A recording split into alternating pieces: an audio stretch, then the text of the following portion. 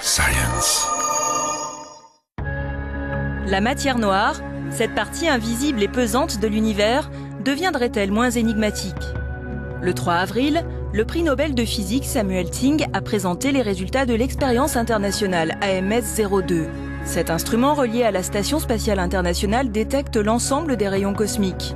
Durant 18 mois, ils ont observé parmi ces rayonnements des excès d'anti-électrons ou positons. Comment interpréter cette anomalie? La relier directement à la présence de matière noire ou aux étoiles à neutrons ou pulsars, ces débris d'étoiles massives? La réponse pourrait venir de Gran Sasso en Italie, un lieu protégé sous 1400 mètres de roche et qui abrite l'Institut national de physique nucléaire et surtout DarkSide 50, un programme de détection de particules à l'origine de la matière noire. Sans la matière noire, l'univers ne serait pas tel qu'il est aujourd'hui. La quantité de matière ordinaire aurait été insuffisante pour assurer la cohésion des amas de galaxies, et même la formation de l'univers tel que nous le connaissons. Donc c'est une question intellectuelle fondamentale pour comprendre l'origine de notre système et l'évolution de notre univers. La matière noire constituerait entre 23 et 27% de l'univers. L'expérience DarkSide 50 comprend une chambre à projection temporelle qui utilise de l'argon liquide et gazeux. L'énergie dégagée par les particules de matière noire, en interagissant avec l'argon, peut produire divers signaux. Cette chambre, contenant l'argon, est elle-même placée au centre d'une citerne métallique contenant un scintillateur, un appareil susceptible de capter les plus infimes signaux de lumière. C'est une étape cruciale. Ces jours-ci, nous installons les tubes photomultiplicateurs.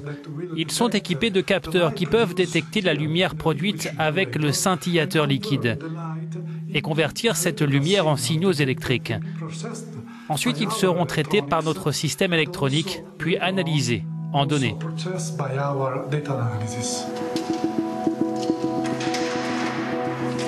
Selon un système de poupée russe, la citerne qui contient le scintillateur est elle-même plongée dans une autre citerne de 11 mètres de diamètre et de 10 mètres de haut, elle-même contenant 1000 tonnes d'eau.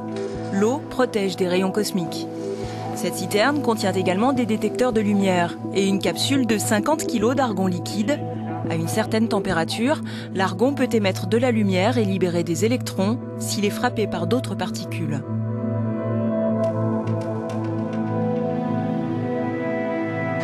L'argon est la partie la plus importante du projet parce que c'est le matériau que nous ciblons. Il permet de détecter les rayonnements ionisants de deux manières, soit à partir de la radioactivité naturelle, soit à partir de la matière noire.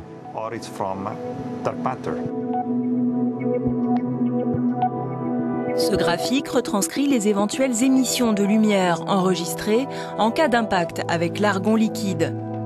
Il s'agit en fait d'argon souterrain et non atmosphérique, ce qui signifie qu'il est exempt de toute radioactivité.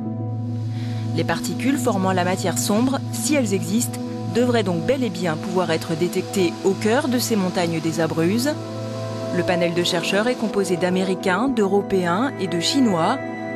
DarkSide 50 devrait les maintenir sous terre durant 3 ans.